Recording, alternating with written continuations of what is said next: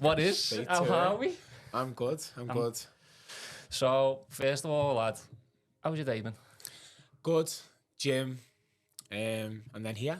Yeah, I've still got my music playing as well in the background. Okay, Copyright. that's nice. Okay. Yeah. So, you were saying just then your legs are fucking killing you. From the gym, yeah. It's just sore. Just like constantly walking around like John Wayne. It's just agonising. But, you know, when you first do it and you first like, start going to the gym, I get why people get put off from it, from the pain. But then you push past, like, I'd say the first 2 weeks. And then when you don't go, you go, oh, you miss the pain. The pain reminds you that you're getting it done. It's a nice bit. I always remember when I first went to the gym properly. It was called Edge Lane JD, but at the time it was called Ben Dunn. Do you remember that? Ben Dunn Gym? No. I think I was still fat then. I wasn't interested in gyms then. But I went there. Must have been year 12, 13. So I was like 15, 16. And I'm not even messing, lad. One day I was sat in sixth form and my arms were stuck like that because I could not bend them because it was the first time I've ever used the muscles like that. And the whole day I was in sixth form, lad, and it was stuck like that. And I went back to go and get more of that disgusting pain that we all love. The pre-workout does that doesn't really take it anymore. Pre-workout, you used to always do that. You always used to make that the pump there. And I wouldn't be able to like lift anything, you know. But do you know the back and the front? Would you know how you get a better pump? Go on. Salt water. Himalayan salt, yeah. Yeah. Someone put some in. What did we have this time? I think it might have been pre-workout with the Himalayan salt in. I think that's what it might have been. No wonder I couldn't move my arms. I absolutely love like a good I haven't taken it for ages, but I used to be addicted to pre-workout all the time. Like I'll finish work up in Walton, get the bus, the 76 into town. So I'll get to the gym for about 5 in the afternoon. I'm sitting there having like 2 scoops of pre-workout. I'm in bed for like 9 o'clock. But I just didn't care. I was like, fucking give me a lad. Oh, no. Get it Can't done. do it anymore, mate. Can't do it. And all that. But it's just mad. Like, I want to touch up straight away because I want to start on a good note of your gym life. Like, I just want to talk about gym with you because that's just a big thing of your life and it's a big thing of my life. And it's a happy note. Get people involved. Get people chilled before like we go deep. Okay. Yeah, so what do you love most about the gym? I mean, I wouldn't say the main thing, but one of the main things is like the vanity thing, like the way you look. Like it's always good to look good naked, isn't it? You know, yeah. I mean, let's not lie about it, but that for me, it's like it's what it does to your mind and the way it makes you feel. Like I probably wouldn't be able to function properly, like because I've always got so much going on. It kind of levels me a bit. It gives me like a good discipline in my life that I need, and it sets me up for the day. That's what I love the most about it. It's just the way it makes me head feel. Yeah. Not the days that you don't go to it though. Do you feel it? Yeah, even the rest day. I don't really like having rest days, but you obviously you need them. But I don't really like sitting around. I think it's the ADHD in me. I've just always been wild. I've always been 1,000 miles an hour at everything. So I think it's I think it's that. I was always one of them when I started. When was it? April. Can't remember the date. It was April 21. JD opened the town. First gym I went to properly went 2021. Yeah. Really? Yeah. So like I done Ben Dunn. I was like 2015, but like I was like one of them kids you're still seeing to this day where you walk in and like. They walk around, they think they're massive and all that because they've done a couple of curls and that. But that's when I properly started going to the gym.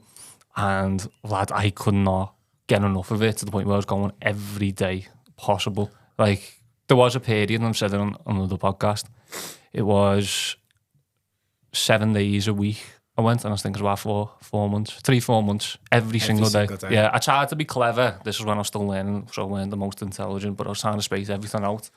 So no one could sit there and go, well, you can't be doing that because you're going to get sore. I'll be like, no, because I've got the answers. Yeah. Lad, I'm not doing me back on a Monday because I'm doing it on this day because then it's this far apart from this part of the body and then I can do that part there and there. And it didn't last forever because I was fucking goosed. It kills you. I remember going, where was I going? I think I was going to Mykonos and I went twice a day for like, I think it was about 2 months. And it was the worst thing because I wasn't doing myself any good. I wasn't building. I wasn't really building. I was just burning, and I was probably wasting muscle. Yeah. Because I wasn't getting any recuperation, and I was like, it was pointless what I was doing. I think I was like proper. I was more uneducated then than what I am now with it. How long have you been going for, actually? Well, when I took the plunge out the biscuit tin into the gym, it was 2017, 18 maybe. Yeah. And then I found my stride. Like, so I done it like a stupid way, really. I burnt I got rid of all the fat rather than training and trying to build while doing it at the same time. Yeah. So I lost all the timber, but then had to build from scratch. Yeah. Do you know if that makes sense? Does that make sense? Yeah, that does, because I always remember the thing where someone said, if you decide on if to cut or to bulk, always cut. Like, and then just strip right down. And that's what I done. So I was actually the same weight as I am now, but I was like 110 kg, but I had like a proper gut. I had like little man boobs and all that. They were great to play with. Nice. But I done the exact same. Like, I proper stripped it all back. I think got down to like what do you weigh yourself in? Now? Kg. Like, not the actual kg, weight. I'm a kg. Kg. So I went from 110 to like 95 in like 4 months or something like that. So I probably stripped it all down, but I was thin. So then obviously then I had to do the exact same thing as you. Build up from there. But it took a long time to build it as well. Not long. I wouldn't say long. I'd say about 12 months-ish. But I could have already been building it. And just not. You know what I mean? Like I should have boxed clever. Yeah. And I didn't. But I didn't know then. I didn't really know. I didn't know any better. Whereas now, like, I try and like look into everything that I do. But you're never gonna know unless you go in like with proper research. Like, still to this day, I'm researching about how to get better or what to do correctly or do a certain exercise before a certain exercise. Or I can only do, so for instance, if you had leg extension, leg press, squats, so more of like the elite, do like in that order, because they can go harder on the leg extension, the more the isolation movements. The leg press isn't as detrimental to becoming injury prone from a squat. So by the time you get to the squat, you're more fatigued, but you can still get a lot of muscle stimulus, but you're going to be using a lot of less weight. But if you flip them around and done squat, leg press, leg extension, you want to go heavier, so you can increase the chances of being injured. So when I saw that, I was like, oh my God, amazing. But I remember I used to do it that way around. Yeah. I used to do squats. I used to do it the other way around, and now I do it the other way around. Yeah, which is actually, it's better, because when I got a coach like for all last year, he done it like that, and he was putting my squats last. And I was like, lad, why are you doing this? I'm already goosed by the time I come to that. Why not just put me squats first? And he was like, oh, okay. He always tried to not make me seem stupid and all that. Like, he was doing it in a nice way. He was like, okay, well, we can see how it goes and all that. But in my head, I just knew, he was like, lad, just shut up and just listen to what I say.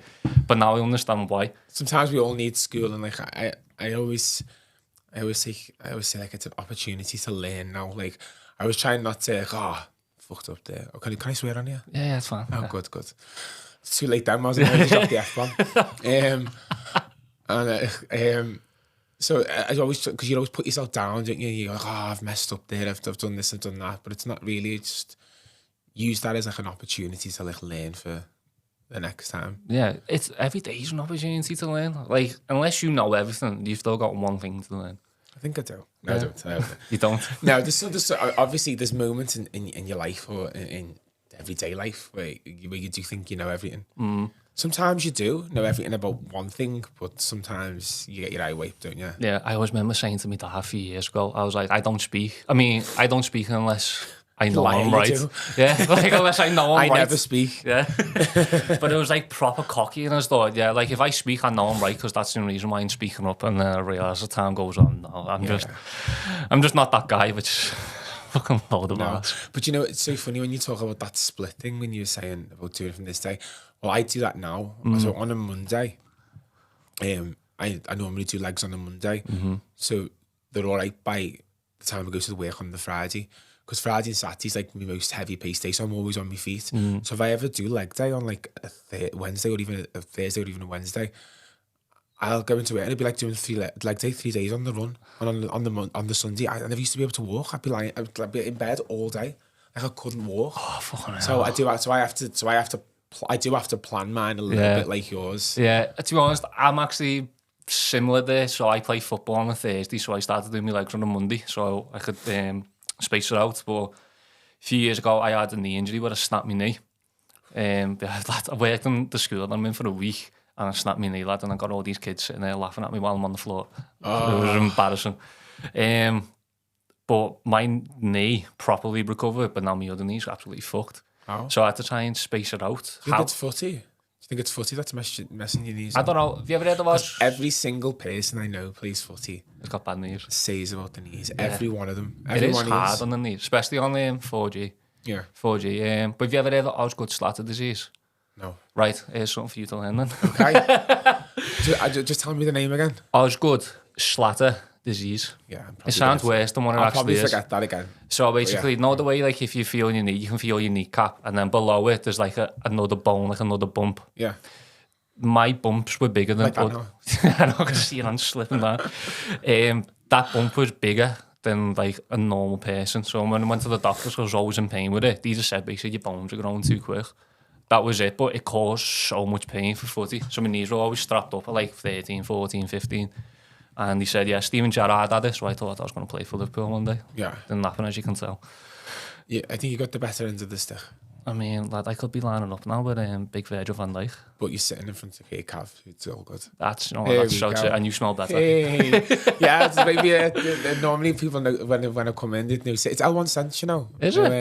You know, have you heard of them? It's the brand, Liverpool brand. Yeah. It's my mate's brand, John. He started off in doing car fresheners, and he went to me, will you put this on your thing? And I was like, do you know what I'll do? I'll put it on, but I'm not for my car because I haven't got one. I went, but I'll open it and I'll put it in my wardrobe. And it started like this little thing, and everyone putting them in the wardrobe then to make the clothes smell like it's because they're inspired by aftershaves, different aftershaves. And then he got into he said, I'm gonna go into aftershaves. I'm gonna do it. And I was like, good. And I've been like pushing it ever since, and I've been like, he's always sending me them. He's a good lad, and I always smell boss. He sends me all of them, and I love it. I'm not gonna lie, I'm gonna have to start getting a few of them, start putting them like in my drawers and that. No, you'd love it. Honestly, and the bottle's nice as well. Yeah. Bottle's like, yeah. As in the actual physical bottle. The actual bottle's like that. It's like ridgy. Like it looks like little. I'm really bad at explaining today. I'll just show you. Do it. I'll just show you. Just do it. Yeah. Fucking hell, I forgot where I was going. We were talking about my knee. Osgood Slatter, bad knees. Anyway, yeah, didn't play for Liverpool, and now I'm sat here with Craig. Yeah. But yeah, so doing Mondays, legs, because I had footy on a Thursday, so I spaced that out. But now I've decided to start playing football on a Tuesday. So where's legs gonna go? They're staying on Monday because I've got nowhere else to put them in. Oh, what are you gonna? Every day you're gonna end up. I know. You're gonna have to take your own advice before the risk of injury. Yeah. Well, I got injured in playing football last week, but it was my ankle, not my knee. So, I mean, lad, I'm injury prone. I'm injury prone. Just accident prone as well. Lad, everything about it.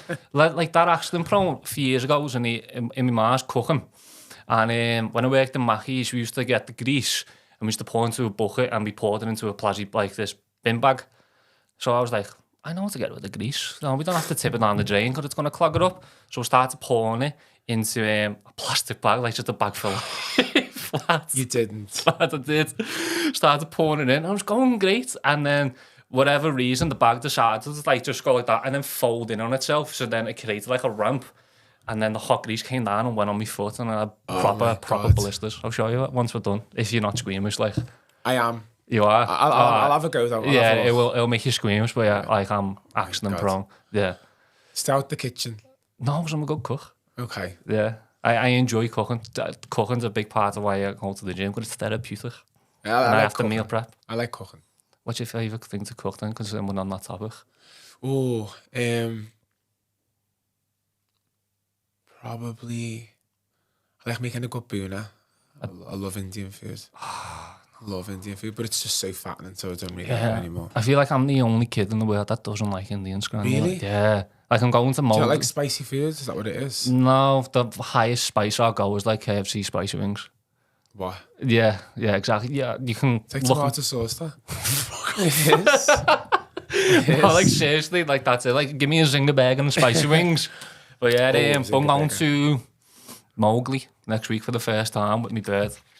Because she's saying like it's not like proper Indian food or whatever, but she's been dying to go for ages. So I finally caved into that. You'll be sweating off like the most mildest chili. Definitely. Like I'm so bad for it. I want to go for her and to say I tried it, but I don't want to go. Like I'd rather go big bowl in town. Okay. Yeah, I'm a Chinese guy. I see. Yeah, I was kind of getting that vibe. Yeah, I'm a Chinese guy. Like got a jumbo near me, literally around the corner, so that makes me happy as well. Go big bowl in town for the I nice used to be a big foodie. Yeah, really big foodie. I'm still a big foodie now, but I just pick and choose now when I have like a cheat day and stuff like that. And I've like obviously found ways to just make not so exciting foods a bit more exciting with like hair. I love coriander on anything, so like, I put coriander on everything. I do. Like the little herbs in the jar, I get the fresh stuff, and I just love it because it just gives a little kick to it. And it's just not as bland. I couldn't fully imagine you like in the kitchen, like with your apron and all that, and just sprinkling all your food, like from a bit of like Salt Bae, but it's like coriander all over the gaff. I overdo it with it, but I like flavour, so I like it to be dead flavoury. I've noticed with myself, I keep my meals basic when I meal prep. So I'll have beef mince, salmon, chicken thighs, steak, and 90% of the time it'll be paprika, onion granules, garlic granules, salt, pepper. On like name of all of it. Yeah. Besides the steak, that'll be like salt, pepper.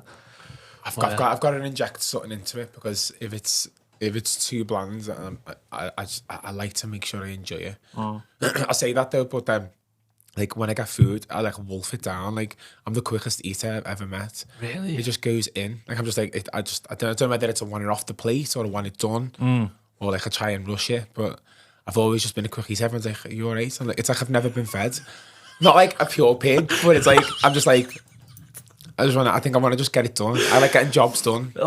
Getting the job and done. It's just like a job. You know, it's like another task. But because you just said that then, I haven't got the video, but it reminded me when my girlfriend made a pancake for the dog the other day for pancake day, and he like sniffed it and like picked it up and like just sucked it all in. The whole thing in one go. That was like the correlation I've just got then.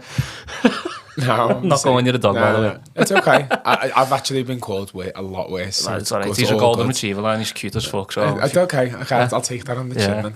I'll take that. But because we're on the lines of the gym, I want to dive into like why you then start to get into the gym, because we all know, and anyone that knows Craig, we all know that you're a fitness freak, aren't you? Like it is, like you said before when you're coming in, it's just a party. It's a part of me. Once you get invested in it, it becomes. I don't know who I am when I don't know who I am without it. No. Yeah. Why did you get into the gym? Like I know why, but obviously for anyone that's watching, we'll dive into that. But do you know it's funny? People don't, like, a lot of people don't know. When I was a kid, I done gymnastics. Really? In schools, I was able to do splits both ways. Yeah. To do backflips. And so I done that when I was a kid, and then didn't do anything really much until 2000. I can't remember what year it was. I think I was about 20. I was 20 odd, and then I used to go to KBABC and just train with them. With the lads there, I loved it there. And then I stopped, and we got into like we had the pub, and then my dad got sick, and then I just let myself go. I was like having takeaways every night, wine. I think I was just under 15 stone, which is not too far while I was off on my last bulk. But on my last bulk, I was just under. I was 14, but there was muscle underneath. When I was big, it was just fat. There was no muscle. I mean, there was obviously base muscle, but there wasn't. It was just fat. So.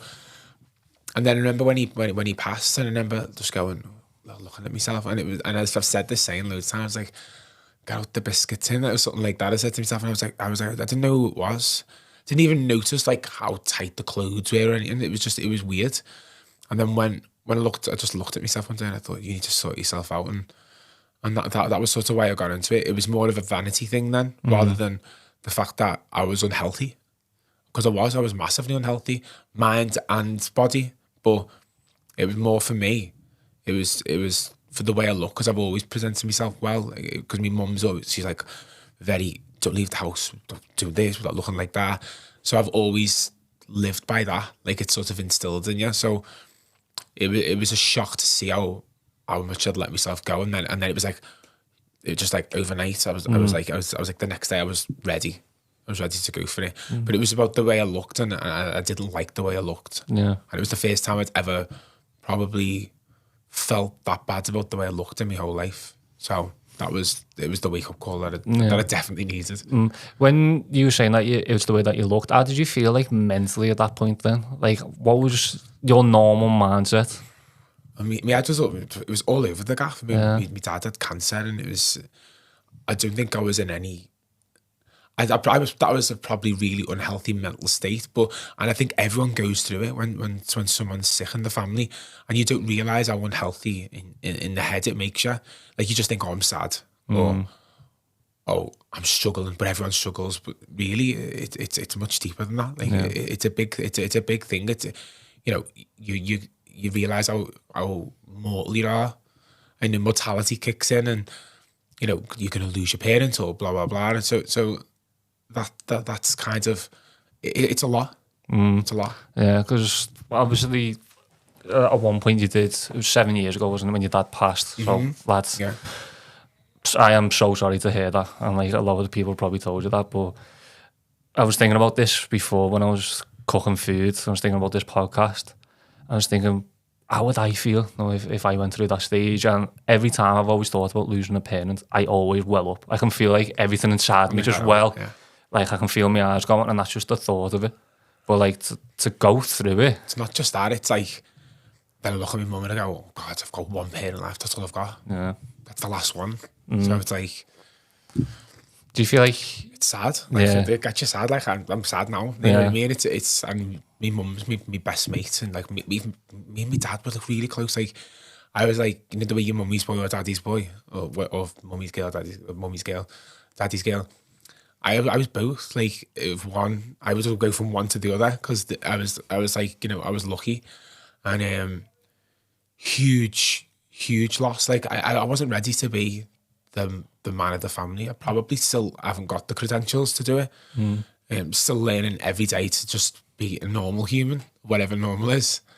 And I wasn't ready. And my little brother was only 9 at the time, and my sister she's 10 years younger than me.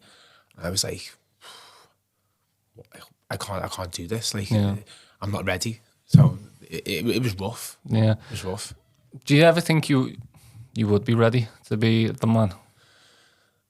No, I don't think you're ever ready to step into your dad's shoes and be like that type of person, because he was the person. Yeah. So it's probably putting a lot of pressure on you. I think it's more about, and at that time I probably wasn't the best person to be setting the example. Like, I've always hated being the oldest child. I'm like, I didn't ask for this pressure. Like, don't be looking up to me. Like I make mistakes daily. Like people like say to me all the time, like, oh my God, you've really got your shit together. You're doing well. You're doing this. And I'm like, I'm just like you. Like, I just get up every day, no matter what's going on, and plot and get through it no matter what. Like, I don't know whether I'm coming or going. I'm just like you, but I've just got a better poker face, and I just get my shit done.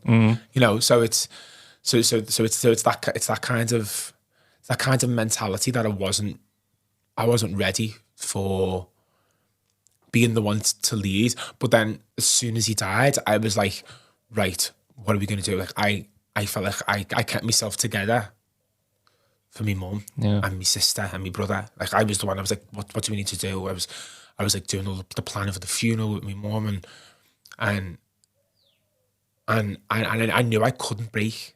So I'd do everything I could for them, and then I'd get a bath at night, and then that'd be my time to just let it out. So I probably stayed probably the strongest, and I accepted it. I accepted it sooner than everyone else. Like, when it happened, like my sister went through a horrible time with it. Like, she's still probably, she was the girl. Do you know what I mean? So she's probably felt like the worst out of all of us. And it took her a while to accept it, like for her head to accept it, because it just hurt her that much. But it's me. I was like, this has happened. Like, what? Like, I'm always one of them. Okay, what can we do next? Like, what's the next step? This isn't a place I'm going to stay. This doesn't make me happy. This isn't a normal environment. Anything that like doesn't sit well with me, I'm like, okay, we need to move from this. Like, how can we make this better? So it's I think it was good that I was more strong in that way for them. And then I moved out straight after. Not long after that. I think it was the January 2016. Because I'd moved back in. And I moved out, and I think I healed, and I was able to be there for them better because of that. Yeah. Do you know what I mean? Yeah, that makes complete sense. But were you saying that you didn't know if you was going to be able to basically step up from the get-go, lad? You did. No, like, you did do that. Yeah, it was just horrible. Like I remember. I don't think I've ever spoke about this on the podcast. I remember when I had to go to hospital over something. I think I had to get a screw out of one of the screws in my foot, and I had to get 2 of them out because they were in the ankle. I think I had to go back for a checkup, and my dad was in, and I remember he was in the same hospital. So I went up to see him, and he was coming home, and he'd done this like speech, and he was like, "You're gonna have to look after Connor." And I was gone because it was like goodbye. You know when they're like, "Oh God, I'm upset." Yeah, just take your time, lad. I was like, I can't do a goodbye, and he just carried on talking, and just like said like certain things to me, and it was a lot like hard. Yeah, that was when I was like, shit. Yeah, this is on me now. What am I gonna do? What am I gonna do? Like that was when I started thinking like that. That was the moment. That was. But I got it together in the end. Got it together. Yeah, and do you know what, lad? It sounds like you really did get it together, because I know where they can say, look, you've got all this, and you go, this is just my poker face, but a lot of people can crumble. They really can. A lot of people can crumble, and you've got to a point where you're just like, no, like, I don't want to be in this space, like you said, and we're going to have to work together, because what has happened is heartbreaking, and you don't wish it upon anyone, but you can't change that. Like, you have to move forward. And the fact that you were able to basically rally the family together and drive forward, like, that's something that you should always be proud of. And everyone be grateful for as well in your family. It's nice to hear like things like that. But that's like probably another reason why I'm so anal with I hate that word, I know I've just used it. I'm so like regimental with the way I am, is because I want to make him proud, because I probably wasn't. I didn't know who I was properly. I didn't really know where I was in life when he was here. And when he went, it made me. It like pushed me on, like I was in ink, and I had such a good career. Like, ink's my starting point, like of this era of my life. Yeah. And I wouldn't be in this position or in this mindset if he wouldn't have went. Yeah. It sort of pushed me, and everything I do now, it's like, just because I wish he'd be here to see it. Yeah. You know what I mean? It reminds me of a little bit of an episode we done 3 episodes ago with Dan, and he always looks back at a best friend that he lost, Tom, and he always said, what would Tom do? What would Tom do in this situation? And then you go, well, Tom would be telling me this if I maybe just sat down and slack on a little bit. It feels like, and correct me if I'm wrong, but it feels like you're getting a bit like that from your dad still, no matter what. Like, he's still giving you that push, that drive, that like he still lives on in here, and it's always like, what would my dad want kind of thing. I talk to him, because I always like, whenever I'm doing something and I mess up or something, I'm like, come on, Craig, you soft cunt, or like, come on, you gay twat, or something. Like, say something like that. And then sometimes I'll say, oh my God, Dad, and I can hear him in me going, I'm not there, you soft cunt. I'm not there, who you talking to? Do you know what I mean? Why are you talking to yourself? And it's like nice to like, because I can remember, that was one thing I always dreaded, like, oh my God, what if you forget what the voice sounds like? You know what I mean? That's like a horrible thing, but I hear him daily. Yeah.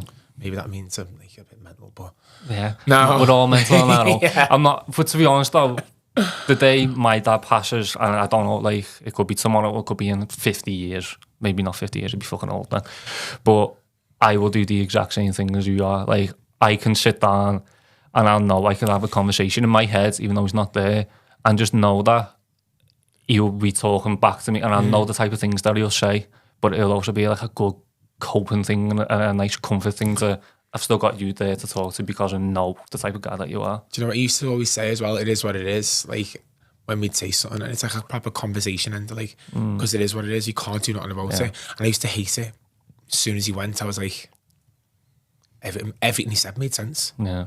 Through the whole, like it was like a 30-year like flashback, and I was like, he really knew what he was talking about. Just have really listened, you know. And but then now, like, there's loads of things where I'll do stuff and I'll go, oh my God, like my dad. Or I'll say stuff sometimes. I'll go, oh my God, I am my mum. You know what I mean? So it's horrible to admit, but they were always right. Yeah. Not about everything. I'd say like 85-ish %, maybe. Probably maybe like 90, but you just don't want to give it to I'm going to stick to the 85 because that was the year I was born, so I'm just going to stick with that number. No, I thought you was born in 95. Oh, yeah. Yeah. That was actually my sister, but yeah, I'll take that. I'm intrigued to know, where do you reckon you would be today if your dad was still here? Do you know what? I wouldn't be on this table now. Yeah. I don't think I realised my potential until he was gone. Like, you know, when people say, "Oh, it's like your family and you're this and you're that, and you can do this, you can do that," and sometimes you just go. Sometimes people will push you one way, and you'll want to go the other way just to annoy them, or because I mean, I don't like being put in a box. So if someone tries to, I don't like it. But I think it's maybe a bit of that. I mean, I honestly don't know where it would be. I really don't. I honestly don't. Have you ever thought about it? Or is it just never been a thought that came to you? Do you know what? I try not to, I tend not to think about that time in my life, because you know, when I look back at it, like, because I didn't really know where I was going in life. I had a good job, the Liver buildings, 7 years, and I hated every second of it. Like, I just could never find my true calling. Like, I always loved music, and I did sing for a bit. I was on MTV Unsigned. This program thing.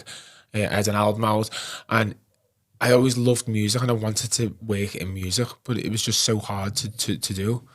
And the pressures of, you need a job, you need to do this, you need to do that, as everyone gets, every person gets it. And I always wanted to be entertaining people somehow, and I just couldn't find where my niche was. Even though I was talented, like, I can write songs and I can write melodies without even being able to play an instrument. I can sing a melody to someone. I just know chord progression. I don't know how. It was just like I always wanted that entertainment thing. I like to entertain people. I like people to be like happy or leave with some type of emotion, you know, and a good time and go, you know what, like, or to make people laugh. Like, I was always reenacted when I was a kid. I used to reenact like things that had happened on the telly. And there's another story remind me to tell you in a minute about my nan. But there was just I just couldn't put my finger on what I wanted, and for the longest time, like, in your 20s, you're meant to be your happiest. It's been the opposite for me. In my 20s, I was lost for the whole 10 years, like the whole 10 years. And my 30s is like, oh my God, completely different. I always remember asking someone, and I was like, when do you reckon you reach your prime? And she said, when you get past 30 is when you become like the prime part of your life. 32 was I remember being 32, and that was when it just started rolling. Like, everything was like making sense. I'd found my place, because it was, you know what's so mad, like, I was the only gay person in our whole family. There was no one. So I never felt, even though I've got the biggest, most loving family on my dad's and my mum's side, and you know what's funny, my mum's and my dad's side actually get on. The both of them, we all go to each other's family parties. It's like one big family. I never felt like I belonged anyway. Not on my mum's side or my dad's side, and I had the most love from everyone. I mean, my cousin Nicola, there's like 3 days between us, and we're like twins. We were called Twit and Twat. We were in the same primary school together. I just never felt like and even though I had all that, I never felt like I belonged anywhere, because I felt like there was no one who understood me or or could understand, even if it would, because I never told anyone until there was people knew before, but I didn't tell them until I was like 16. And it was like that. Like, I was lost then as well. It was weird because then when I came into coming out as gay, there was a couple of years, and then I felt lost again. It was like this whole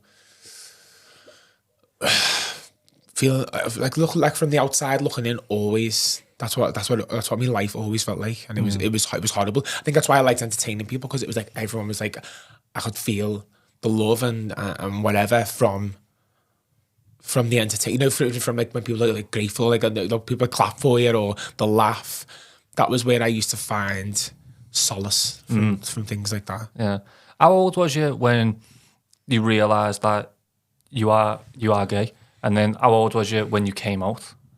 I think I knew when I was about 7 or 8. Really? Yeah. That's young as well, yeah. But obviously, most people, or a large majority are gay their whole life. Yeah. Some, it's just been there and they've never thought about it, or some are bisexual, some haven't got a clue. You know what I mean? There's all them things. And then I think I came out 16. Yeah. And then my mum was like, you sure it's not just because you're in college and you're doing like drama and that? I was like, I think I'm sure. And then we didn't speak about it again, and then I told again I was 18, and then so there was like, it was 8 years. Yeah. We had lived with it. Yeah, for that 8 year period. I lived a double life. Yeah, so say for that 8 year period, then what was it like? Because if you're saying you're living a double life. Exhausting. Really? Yeah. Like, it was the most confusing time of my whole life. Like, I was in school then. I was so badly behaved, and it was because of that.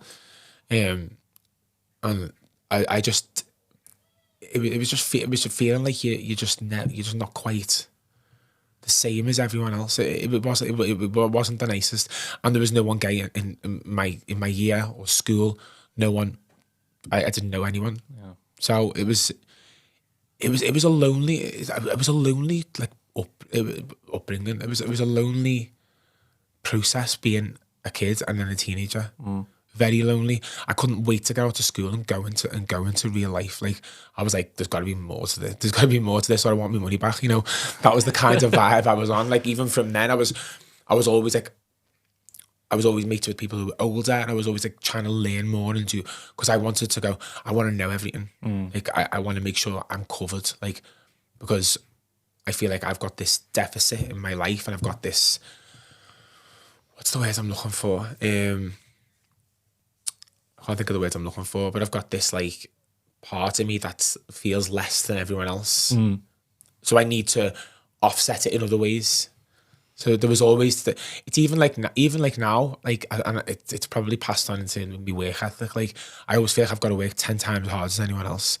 Like, and you know, I've worked really hard to get where I am now, and you know, I'm very grateful for the platform that I've got, and I've had to work like 5 times as hard as any straight lad would have to work to get to the position I'm in. Yeah.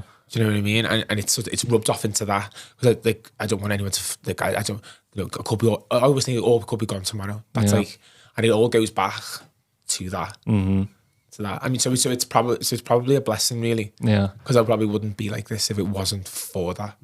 How long was it before you were completely comfortable in your own skin? To the point where you thought, no, really? Fuck you, I'm Craig Cavanagh, I'm what? Like, you said it right as well.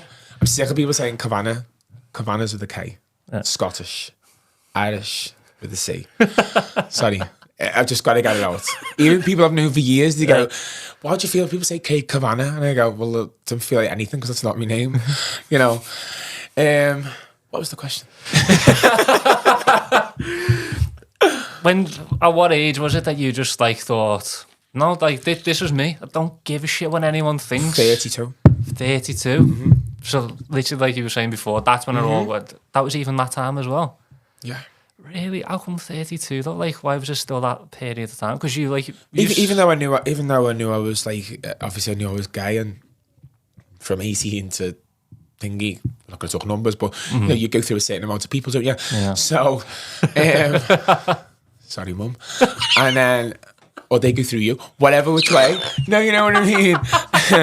It's like, even though I knew I was gay, I didn't want to be. That just doesn't even make sense when I say it out loud, but I know what I mean. It's like I didn't want to be in this like this situation, even though I've been gay since I was 8, or I knew when I was 8, or whatever, the 7, 8. All this time, I just didn't want to be gay. Yeah. Did you because I didn't know, I didn't really realize who I was, from the whole lost thing, and I think that's what it was, and then it just got to. It all really started when I went to Inc. Yeah. When I went to Inc. and around when my dad died, it was all around that time, and I was like, this is who I am, and you know what, I'm sound. It is what it is, and that's kind of what it was. It is what it is, and it was what it was. God. Yeah. It is what it is, and was what it was. What? But I know, yeah, I probably stumbled. Do you reckon though when you went to Inc. then, because you were kind of allowed to take over? I know you were in the GM, but you were kind of allowed to like free flow and all that. You were maybe allowed to do things in your own way with the bar and that. You were allowed to express yourself more. Yeah. You were allowed to just, no, this is what I want, and then once again, correct me if I'm wrong, lad. I'm just pinching at straws here, but people are seeing the work that you've done. People are loving it, and you're like, this should come from me. Like, and this is just me. Like, I'm not trying to be anyone else. I'm being Craig. They made me feel like I should have felt in my 20s. It was weird. They were so welcoming. I can't even describe it. How can I describe it? Like, I'm a pain in the ass sometimes, and they didn't care. Like, they still had me back no matter what. Like, I remember when my dad died, I hadn't been there that long. I think over a year, and they'd never even met him. They came to the funeral, you know, and you know they were there for me, and I honestly don't feel like, because when he passed, even when he was sick and when he passed, I went straight back to work, and I was like, I need to come back, and they were like, no, they were like saying, you can take time off, and I was like, no, I need to come back, but just tell everyone to treat me the same. I don't want anyone to like fawn over me or anything like that. And they didn't, and they treated me the same. And you know what? It was the best thing ever that it ever could have happened. Yeah. I had so much creative stuff. Like they let me. What was the term I used? I think I said it once before to me. They let me flex my creative muscle. Do you know what I mean? They really did. And you know, the cocktail menus, they just let me run free with that. We had some amazing nights there. But they gave me this huge platform to meet up to 1,000 new people nearly every week. You know, and it was we had the student nights on the Friday. We had it was hip hop R&B on the Saturday, and then it was Sunday Sessions House on the Sunday. So there was 3 different crowds, and it was just like these. It was even the customers were just like. It was just because of the way I am with customers. It was like constantly having a full stage. The bar was my stage, and all the bar teams were backup dancers. You know what I mean? That's what it felt like. It felt like we'd go out to do a performance. It was. It was like something out of a movie working there. It was just, I'll never forget it. Yeah. Best time of my life, and they definitely gave me a second lease of life. Like I felt like I went back in age, because I had a joke on my 30th and I went, right, I'm going back on my age now, so I'm going to be 29 next year. And I don't know whether, because I said that, something clicked in my mind, I don't know, but I definitely would not be here on this table now, or have any type of recognition I've got, or the awards or anything without them. Yeah. 1,000,000%. So yeah, I love that, you know, I really do that. Everything that you're telling me so far, I'm proper loving it. Like, it's a story that you're going to tell people when you're old. Honestly, if people go to me, they ask me questions, I go, wait for the book. Because I'll probably be old then, so I can say everything in the book and then they'll just snuff it. You're actually going to look to write a book? No, it would be good to write a book. No, I could write a book. But I'm not doing one now, I'm not finished yet. I know you're not finished when I'm 40, I might think of like starting to look back and then documenting it. Yeah. You know, getting it all just in play. Yeah. Just like, you know, it's Craigie. What did someone say to me once? It's Craigie's world and we're all just living it. And I was like, you know what? Should have used that. Damn, should have used that. I can't use it now because they've used it, but it was good. I reckon though that you could still get away with that. Like at one point, you could be able to twist it a little bit, yeah. But no, I reckon you do write a book, because I know we live in a world full of influencers, but you won't be writing that from an influencer perspective, and you've been writing that from a role model, I'd say. Oh, thank you. Do you know, and you know that's a nice thing to look at it like that way, because some people go to me, you're an influencer, and I get taken to offence, and no offence to any influencers, I know loads of them, and you know they do their thing, and that's up to them. I've always had a full-time job and a career, and then anything else that comes where people go like, will you promote this for me?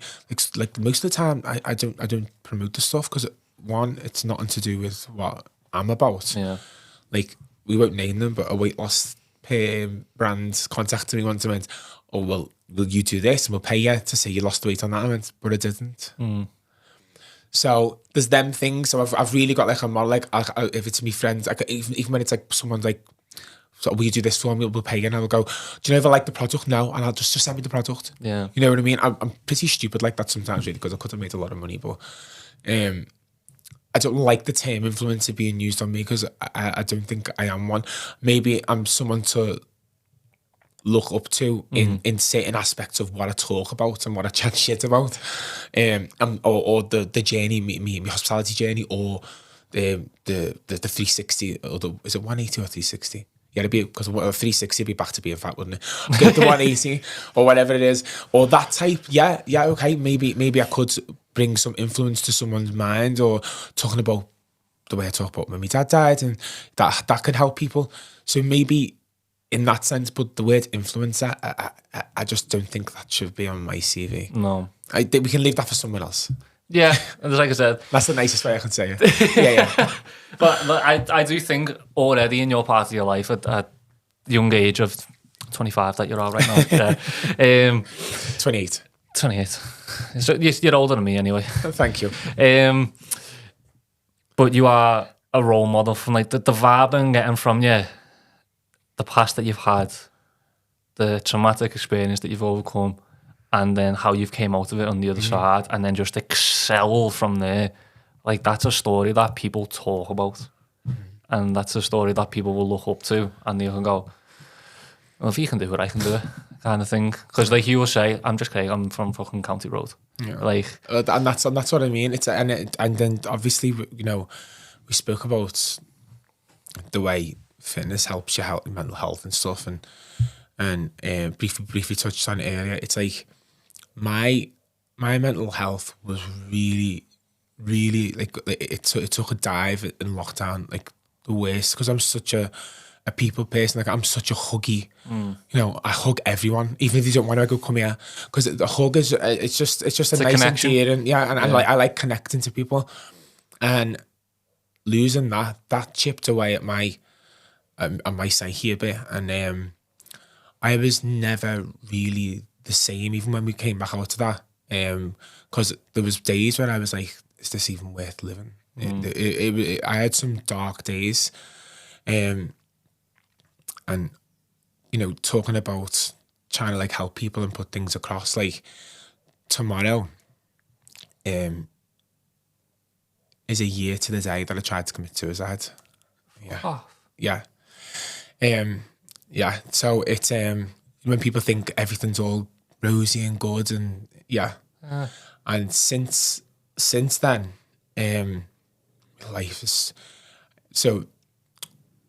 They said to me that I probably shouldn't be here, with whatever, I won't go into too much detail, but something saved me that night, and I think it was my dad, and I just remember they were like, your toxicologies came back, it's fine, and they were like, you know, everything else, and they were like, we don't know how, and I remember just thinking, she was like, you know, what's your thoughts now? And I was like, I'm just so glad that I'm here. Like, it was the most mortifying experience in my life, and it was the worst decision I've ever made in my life. It really was. Like the categorically the worst one. Yeah. And I honestly, I'm in such a brilliant place now. Since then, like, I changed my circle around me was probably not the best. The support system that I had around me at the time, and as soon as I came out of that situation and sorted that out, my life went up and up and up from April last year, like a month later, within a month. And I've won 2 awards, and I've smashed everything since. And I am so grateful that I'm alive. So it's nice to have a platform where someone who might be going through the same thing, like, I'm ready to speak about it now. Like it's not been common knowledge at all. I hid it to deal with what I was dealing with, and I'm in such an amazing place now. And I would, if anyone ever went through anything like that and they wanted to chat about it, I would love to be able to tell them, look, you know, there's a calm, airy feeling when you decide, and you know, you're going to go through with it, and you know, oh, this is your way out, and, you know, you feel like everything's going to go. It's just not, it's probably the worst decision you can make. Not for even the fact of the avalanche of how it's going to make your family feel, and your friends, and, you know, what you're going to do to them. It's just not the right decision. Like, everything can be fixed. And something gave me a second chance in life that night, and I'm just not going to wait. I was just determined not to waste it. So it's for me now. It's about trying to make an impact and help people, for me, more than anything. Well said. Like, seriously, well said. I don't know, is it coincidental? Shell shocker, yeah, boom. Is it coincidental that you came on this podcast the day before, like, what we're about, like, mental health and that? Like, the weird thing is that, so I've obviously spoke to a couple of family members, and because the ones that didn't know and stuff before, because when you gave me the date for today, this is the day that I brought me album out in 2013, the 3rd of the 3rd. really? And I said to him, well, that's the anniversary of that. And then I looked and I went, oh, that's the next day. And I was like, this is time to talk about it. This is, if I can even help, you know, if you can help anyone, it's worth its weight in gold. And I'm not ashamed of what's happened. It done me a favor, because it got me to say to some people to get the fuck out, you know, and eject a lot of shit people and shit situations out of my life. So that saying, cliche, like, everything happens for a reason, I am totally behind that, you know. Like, nothing's coincidental. Whatever is put in your way is put in your way. There's just better ways to deal with it than going down that route. Yeah, it's heavy. It is, like, it baffles me so much how many people go through the same, like, kind of mindset at one point of their life, and it's sad that some people do make that decision, and it is their last decision that they ever made. It's heartbreaking. But, like what you're saying about you want to change lives so much, you talking about that is already going to resonate with someone that you will probably never meet, you never knew existed. Like, we've done this podcast, I think this is episode 19 at the minute, we've only gone since October. I think we've had 5 or 6 people mention about suicide, and, like, that was like a point for them. And it amazes me that it's just people around the corner. Like, it's just, you don't know people's story. You can't read everyone. You can't look at their Instagram and think they're going through something right now, because it is all the highlights. Like, I look at your Instagram and think, he's having a ball. Like, he's having a great time at life. But a year ago today, you know, we're all unsung heroes in one way or another, because life's tough, you know. Yeah. And there was this one saying, I'll never forget it, and someone said, if life fucks you, just learn how to ride it. And I was like, that's so good. That's, like, clever. Like, you know, the situation might be a shit show, but you can always polish it here. Do you know what I mean? Like, it's that type of thing, you know. It's I don't know. It's hard to articulate into words sometimes. But this is probably why. So I'm doing this new fitness journey, which I'm doing bodybuilding because I'm going to compete in 2026. Nice. And for physique, for the over 40s, the PCAs. I'm doing it with Connor Page. Yeah. Lovely lad, I love him. And I'm documenting the journey. I've done the first one on Saturday, I can't remember my days. And it was in the Rage Fitness Centre. This is where this top's from. You Are Enough. And the lad called Craig Brown there, he's a really good lad, and he's got a Rage Wellness Centre. It's like it's an empire, if I'm going to be honest.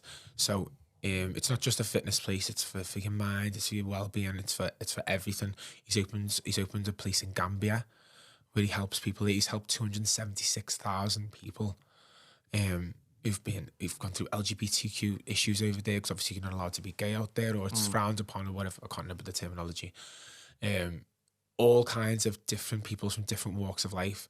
And I want to start me, because I'm going to do like a little docu-series, if you want to call it that, where I'm going to go into different gyms every 6 weeks, train with them, take a little bit of advice from them, see what advice they can give me for competing in 2 years' time, blah, blah, blah. So I started with him because his story is like very similar to mine, and he wouldn't mind me saying it. It's like he's been through a lot of addiction, all kinds, you know, he's had suicidal thoughts, you know, and to list a few, and you look at him now and he's helped all these people. And I remember when he told me, I was like, I welled up, and I was like, you've helped all them people like just like that? And he was like, yeah. And I was like, well, I want to do this video with you. I want you to be the first on, because I wanted to start the journey, to start from the mindset. I want it to be like an arc, you know what I mean? And at the end of it, I'm going to be like Arnie. But like a tiny version of Arnie, because I don't want to be too big. I know I want to look like Action Man. No, you know what I mean? I just want to aesthetically look perfect, if you know what I'm saying. So I wanted to start with him, and I recorded it with him yesterday, and he spoke about it on camera, and it was the same. I was just welled up. Just all these people, like these, he's helped all these homeless children who've got no parents over there, and he'd be able to tell a story better than me, but he's just such a moving person, and I just want to, it's mad the way your perception of life just changes from one thing or one series of events, and you know, I just want to live a good life. I want to be happy, and I want to pass on any knowledge I've got that can help people, and I want to do good, you know. Not saying I never have, but you know, I mean, we've all done and said probably nasty things to survive or whatever, but you know, it's all about who you are now and how much you've come from A to B. I think that's what it is for me. It's like the evolution of yourself. It is. I can't remember what it was from. I don't know if it was a show, podcast, whatever. But it might have been Joe Rogan actually. But he was saying the person that you are back then is not the person that you are now. So no one should judge that person because they're dead now. They don't exist anymore. So the Louis Donahue of 10 years ago was not the Louis Donahue of today. That kind of thing. So anyone that knew me 10 years ago, they don't know me anymore. They need to know this version of me now. Do you ever, when you look back on your memories, I don't know, I've never asked anyone this, do you think like you're looking at someone else? Yeah. Like it's not your memory, it's like a TV series you've watched. Because I look back and I go, oh, no, Craig, you did. No, he didn't. He didn't. Oh, he did. You know what I mean? Oh, yeah, he did it twice. You know what I mean? It's like it's that mad. I always get it. Like I look back, and I'm like, who the fuck is that? You know, it's just not who I'm even about today. Like what was going through your head? You know, that's what I feel like saying. What's going through your head, lads? You know what I mean? That's what I feel like saying to myself. Like, what were you thinking? But you probably get 5-10 years down the line and look back at yourself now and think, wow, because you're going to be more knowledgeable, you're going to be more educated, you're going to be more aware, you're going to meet more people. It's just every day you're learning something new and you're adding like to your library, and you're just making yourself a better person each day in, day out. You know how to treat people, you know when to not react, you know that sometimes I still have a problem with, but I'm okay with that because I can miss it. like sometimes some people just sometimes you don't always get it right, but you know what, like I will always hold my hands up and like, you know, say, because you know what annoys me, right? Do you know when someone does you dirty, and then you don't return the favour, but you just cut them dead. Yeah. And then everyone that you know cuts them dead. Or a situation of that nature, then you become the bad guy. And you're like, hold on. You'd have never been cut, you'd have never have been snipped from the situation if you wouldn't have done what you done. Yeah. But then they try and make you the bad guy. Yeah, I understand that. And I hate that. Because I will always admit, like, whatever, sometimes things come out my mouth which aren't the nicest when you have an argument with someone or in any situation. And people always remember the way you reacted, but not what caused it. And not, or the people that caused it. The person that caused it is always the one who plays the victim. And that annoys me. A lot of people do like the manipulation part of that, don't they? And try and manipulate others to turn on you. And it's just, like, I'm one of them. I'm friends with everyone until you do something to me, kind of thing. And I just won't bother with you. I won't be mean. I won't be horrible. You're not there, kind of thing. I'm not like I'm trying to be sassy or bitchy or whatever to you. I don't see you. I don't hear you. Yeah. It was very. That was very. It was very the Hills. The Hills-esque. Yeah, the Hills. That used to be good. That. That's just the way I am. Like, I'll hear people, like, whether it's in work, I go to the gym or just social groups, and they're like, they're the dickhead, then why are you talking to them? I go, they've done something to you, but if they're completely fine with me, I'm not going to be rude to them, I'm not going to be a dickhead, but as soon as they do something to me, you can get the fuck, that kind of thing. And I always live by that as much as I can. Yeah. And I have a lot of good relationships with a lot of people. People see me, and I like to say I'm a joyful person that people like to be around. You're very happy. Yeah, I'd like to say I'm very smiley. Not in the mornings. I'm an absolute grump in the morning. And my girlfriend says, so I'm just like, shut. But it's just the way it is, because at the end of the day, like, from this podcast and like just after talking to you, I'm going to keep in touch with you a bit more. Like, I'm going to reply to stories and all that, just because I've got to know I've got boss stories. Yeah. Yeah, because my stories are boss. No. Yeah. But I don't spend that much time on Insta, but I'll do it just for you know. But like it's just the way it is. And if I haven't saw someone for a long time, straight in there, like I haven't saw them for ages. It's just, I don't know, that's the way I say life should be lived. But obviously people see it different ways and people different experiences. I've got no idea where I'm going with this. I feel like I'm just rambling on. But I'm going to take it though. Yeah, it's just... I'll take that. See people how you want to be treated. That in a nutshell. No, it is. And you know, it's... life's hard enough. We don't need to be going around in circles, you know, in bad situations with people, or, you know, this said that and that said that. Now I'm just like, I'll say what I've said. If you'd accept it, sound. If you've got something to, if you've got something to say, I always say this, like, I can't remember who said it on telly once. They were like, what they should do, they should come over, they should introduce themselves, say, this is how I feel about this situation. How do you feel about it? And that's how you handle shit. And I'm like, yeah, that really is how you handle shit, you know, and I think that's the way it should be. Yeah, it's even just handling shit or just listening to other people's opinions and not getting pissed off about it. Because, like, if you've ever been with someone or you've ever had friends and you've had a conflict or you've had an argument, but that's because you're both too proud to just go, you see it one way, I see it another way. I'm not going to change my opinion, I'm not going to change yours. Well, how can we solve this? How can we just come in the middle and just make it right? It's like me and my girlfriend can argue and she always says she's right, and most of the time she probably is. Yeah. Fucking annoying. But I always just try and just come in the middle and just, like you're saying, it is what it is. That's happened, can't change it. Right, now let's start talking. Now let's start killing each other. Let's start fucking arguing or throwing punches. We don't actually do that, but you get the gist. I would, no, you don't seem like that. No, I've only ever punched one person in my life, and that was in year 11. And that was because he punched me. So, like, I don't fight. Like, you're just a good boy. Yeah, I am. You're a good lad. You're a good egg. I'm a man. I'm a man, yes. Lad. Yeah. Man lad. Man lad. As I always say to people, wipe me on ass, wank me on dick. I'm a man. Your bear doesn't do that? Damn. No, not at all, lad. I'm a virgin. Yeah. And I'm straight.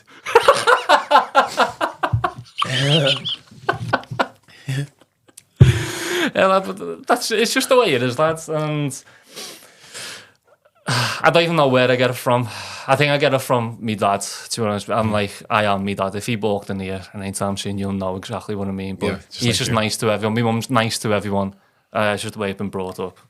That's good. But I can be an absolute cunt though sometimes to people if I want to be. I can be stubborn. I feel like you need to have that in you. That's like a survival thing. Like, you know,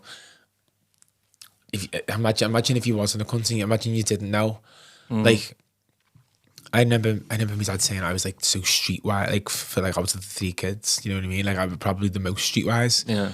And considering like I'm a fairy, you know, it's mad, isn't it? But it's like I think you've got to have a bit of something about you to be able to defend yourself and survive if anything should happen.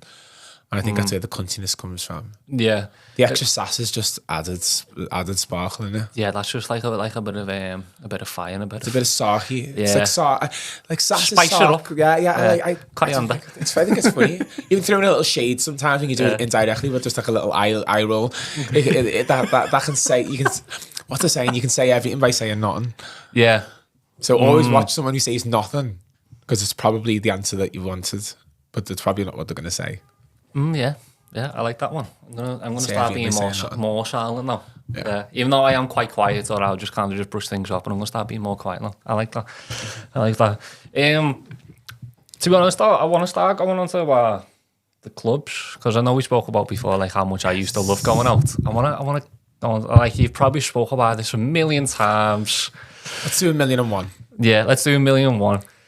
So we know that you've been in Alma, you've been in Ink, Masons, how would you say the Mama San. Mama San. I don't even know if that existed. As you know, don't drink anymore. And then the one with the H we're going to leave out. One with the H we're going to leave out. That's absolutely fine. Yes. Boosters. Cha-ching. Cha-ching. Ugh. When it came to, obviously we spoke a lot about Ink. You then went to Alma. Alma to Cuba, yes. Well, because like I've only been to Alma twice, and it's probably why you was the GM there. And it was fucking sick. It went off. It was boss. What was it like in Alma? Like the night, because like you had dancers. I know one dancer from there, Billy Joe. Like I've saw him in the gym a few times. Billy Joe's a good girl. And I worked with Ant Armstrong in the Love school. Aunt boss. Yeah. Hi, Aunt. So he probably will be. He should be. Yeah. So I only know them two, but lad, when I went in there, it just went off. Like I'm a house guy. Pardon me. I'm a house music, vocal house for me. I love a good vocal. So vocal house is just my thing. I just it's love like it. anything that's got like a proper beat to it. Like for years I grew up, I was an EDM guy. Like just EDM. My mates took the piss out of me for it. Like and they still do to this day. But when I went in Alma, lad, I was like, oh my god, this is sick. Like. So when I went to Alma, it was just out of lockdown, and it had been on the decline before they went into lockdown, and then I came out of lockdown, parted ways with Ink, and I went over to them, and it was a Signature Living, yeah, and yeah. Remember that thing you can say everything by saying nothing? Yeah. I'm just going to abide by that just for a little bit. Yeah. Just while I get me story out. So, but I am grateful to the Ken Wrights for actually like headhunting me, offering me the job, because they gave me the biggest stage I've ever been on in my life, besides from when I sang on Gay Pride that time in 2013. That was the biggest platform I've ever had, and it was, we had to go in, she was like, you know, it was like, we need to do this, we need to do that. I was like, okay, I've got this. And the team that was in there were good anyway. They were sound as well. Some of them work for me now still in Mama San. And went in there and they were like, we need a Friday concept, and we need to bring back this, we need to do that. And you know, this is what you've got to do. So I created the night on the Friday called Seven Sins, it was a throwback to when I worked in Garland's in 2006. Garland's was, you never went then. No. My God. I have never been to a place like that again ever since. It was like Elro on crack. It was amazing, honestly. It was just... I'm thinking that my brother was a bouncer at that time around then. It probably worked there when I worked there. So Seven Sins was funky vocal house because Garland's was funky vocal house. So no one was really doing funky house really that much. So I wanted to bring that element back, and the theatre from Garland. So they were, used to have people walking around on stilts. They used to have like a doll's house in the middle of the dance floor. Honest to God, it was the maddest thing. We had like a pajama party in there once. We all went, everyone in pajamas. I had Playboy wieners on and everything. It was honest to God, it was crazy. So I was like, oh, like let our fantasy bend your reality. I was like 7 Sins. So we had these characters. I was a pyromaniac nun, on the altar as well. Like it was like, I was like, God, I do love you, God, don't you? That's what I was like. This is just a performance. And then we had because I wanted to be LGBTQ friendly. So one of the performers was transgender. We had 2 drag queens, and we had Billy Joe, and we had another girl called Zoe, and then eventually Georgia. And they all had their own characters. There was a dark angel, a white angel, what was the other one? The voodoo queen. So there was all these different characters, and we done all these performances. And the first Friday we done, it was the most like money they ever took on a Friday, like 20 grand. It just went off, and everyone was talking about it. Like I think it was in the Echo at one point. Said this lad called Paul, he kindly put us in about me changing the way like it should be LGBT friendly, blah blah blah, and it just took off. And I remember looking and going, oh my God, this is the most successful I've ever been in my life. Like this is it. Like I that was my peak, like my absolute peak. The amount of people come in, they'd be like, we've never seen a show like this, we've never seen, and it was just so gratifying. Like, every single week, like I think the most we took on a Friday after that was like 26 or 27. Wow! And honest to God, it was insane. Like, and that was when I thought I've done this. Like, and as much as I missed Think, I was like, it was this was the right move. Like for me, creatively. Because there was something that there was a part of me that I needed bigger. I'd done Inc for 6 years, and there was a part of me that was like, I need more fulfillment, and it's not you, it's me, that type of thing. And it was just unreal. And then Signature Living lost Alma because they went into administration, so we got took over by a place called Aventus Hospitality. They deal with hospitality venues who are in administration. They manage us, and they were better to work for. They were so good, and even though administration, they gave us more than what we'd had from the previous owners. Yeah. I made a really good relationship with the guy who was running it with us. Still speak to him now, and they were amazing to work for. And the only reason I left Alma is because a guy in Liverpool bought the building off the administration company and then leased it back to Lawrence Kenwright. Yeah, and I was just like, after everything, it's just, this is not going to be the best place I can work for, or best person I can work for. And I decided to leave. And you know what? That hurt the most because of everything that I'd done, and I built, and I just built another name for myself. Like the best. That was probably the best, most successful time in my life. Then, which was then until now.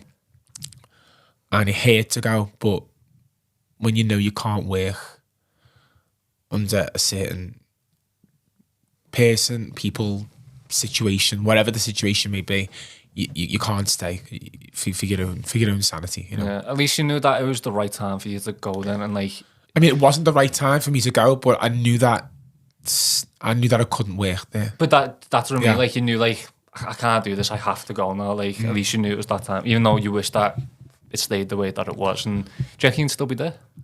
Yeah. Alma? Yeah. If Richie and Aventus still had it, yeah, probably. Yeah. No, I loved working with them. Like, and the team we had there was brilliant. And when we told them all, they were devastated. And some of them came with us. I found other jobs for some of them because they didn't want to stay. Some of them stayed, and then some of them came to Masons when I went to Masons. So it was bittersweet, but I still speak to all of them. Like, I still see most of them all the time. So do you know what's so mad? It's like, When I was there, they called me the general manager because I was like Chris Jenner. I was always running around videoing the shows and stuff. Like just see me boom, boom, boom, always in the middle of the stage. And they're like me kids, like, and I say it to them all the time. Like, I genuinely care about them. Like, you know, we spent most of our time together, got to know them. You know, we've all been through a lot with each other, and it's mad now that where I'm working now. About 60% of them are from who I've worked with before, and they've came with me, and it's you know that feeling, like there's nothing like it. That they're your tribe, and like when I was saying to you earlier about like I've always kind of been looking where I fit in and where my place is, and I kind of feel like now like there's I've got loads of people in me. I wouldn't say like me immediate inner circles. My inner circles not me tight circles, not that, but me friends, and they are really good friends. Like they're the people I've kind of been looking for. It's weird. It's nice. Yeah, like they're the type of people though that you want to keep around as well, because they are following you. I'm not following you like sheep. They're following you because they want to be with you and you want them to be there. And like, they see the vision and they believe in it. Like some of them, like not some of them, but some of the ones who I work with now and who've came with me, they'll say like I'll run around 100 miles an hour and I'll say to them, I'll just say to them dead straightforward to the point, and they don't take it to offence.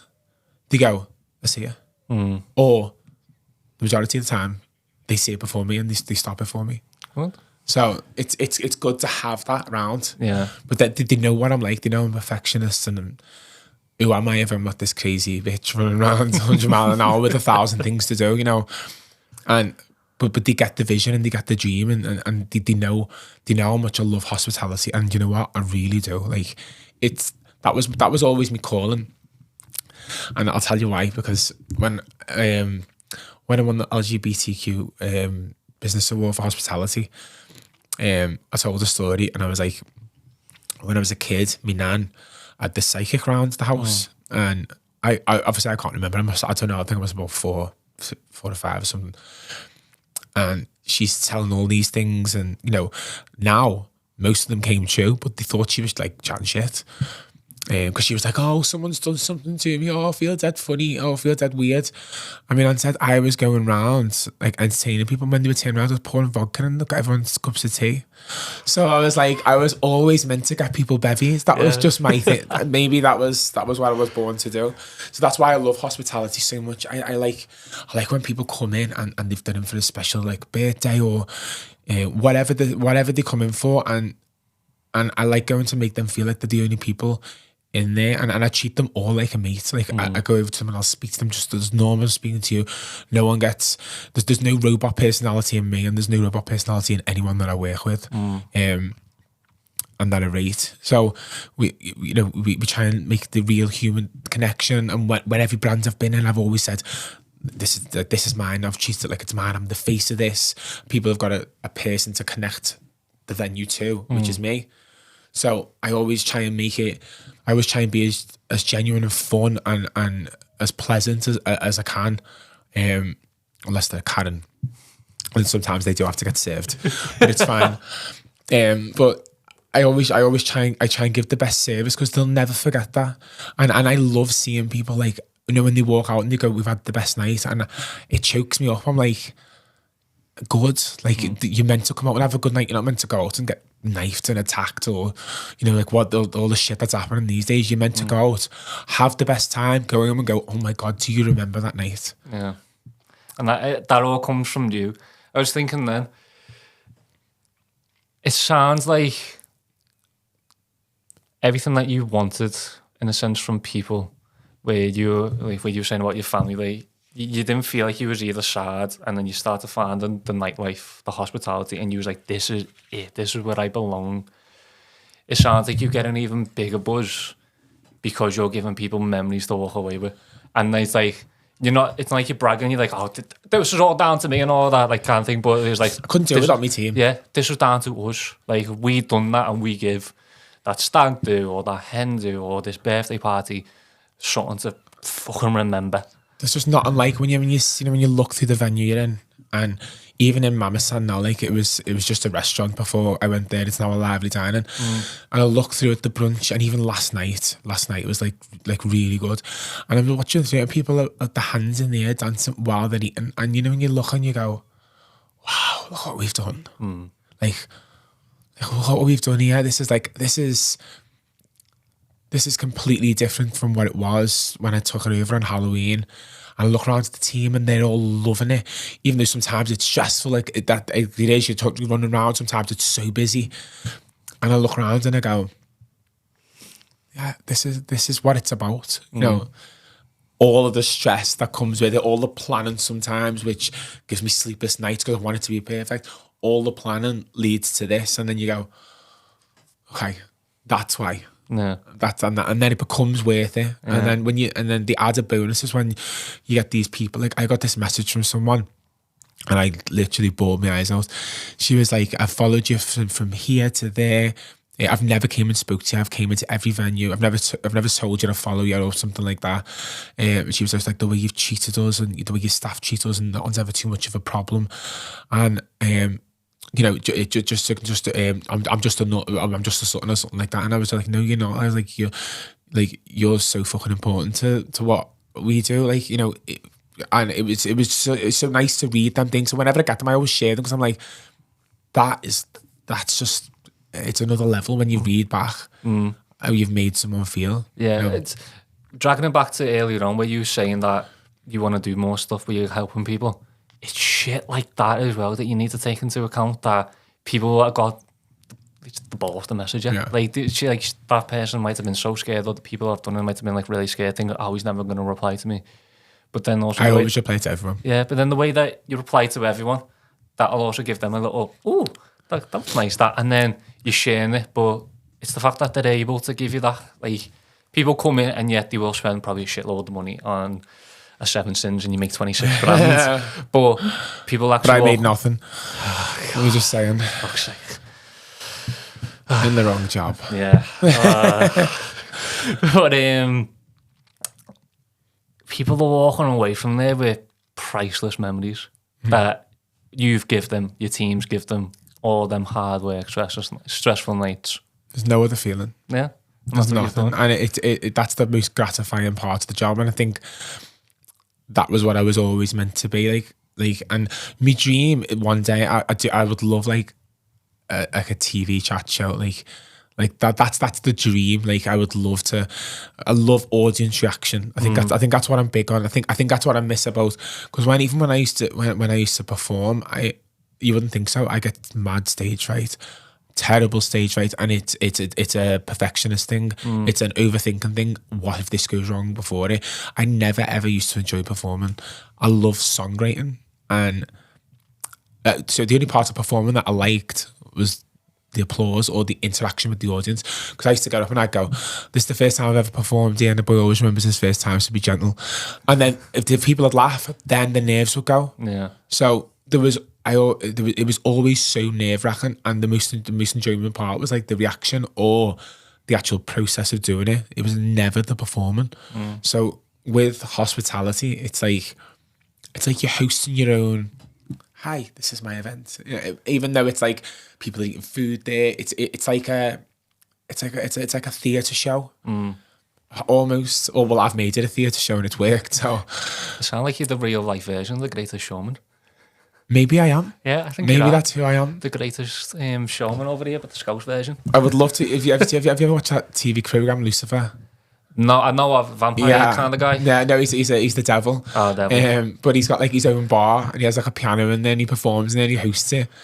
And I was just watching, and going, oh my god, yeah, okay, that's like the dream, not the devil part, but the. Wait, you could do with some devil, like little. Well, listen.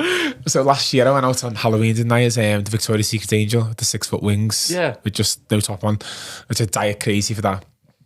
Like water diet, like for the week before or 10 days before, and I was like 71 kg. I was like, you couldn't even pick my skin. It was boss. And so I'm like every year I normally do something Halloween or around that time, and I was like, what am I going to do next year? And I thought I'm going to have to go as the devil next year. Same type of wings, but I don't know. What can you do after the angel? Well, if you do that and you know where you're going, I might make one appearance in town after and just come over and just like pinch your skin. And just say, oh, because it's done with like a couple less calories today. Yeah. No, don't say that to me. I'll probably not.